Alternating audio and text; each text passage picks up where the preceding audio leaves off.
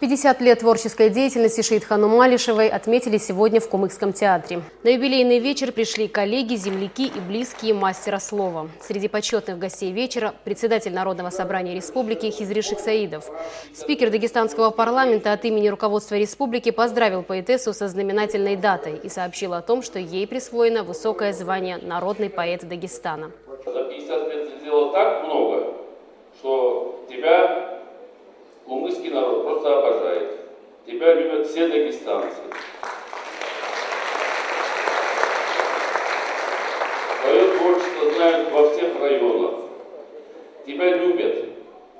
Ты и поэт, ты и политик, ты и общественный деятель, ты и мать, ты и сестра, ты и друг. Шейдхану Малишева – поэт, переводчик и публицист, руководитель Кумыкской секции Союза писателей Дагестана. Ее творчество стало настоящим явлением в современной дагестанской литературе. Стихи Шейдхану Малишевой заслужили высокую оценку читателей и литературных критиков.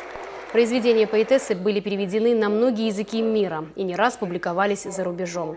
Творчество ее многогранно. Главное место в нем занимают философская и любовная лирика и патриотические мотивы. Шейдхану Малишева также известный общественный деятель, человек с активной гражданской позицией. Она является редактором журнала «Соколенок» на кумыкском языке. Председателем Лиги кумыкских женщин «Умай» не раз принимала участие во многих писательских конференциях, съездах тюркских народов и женских конгрессах.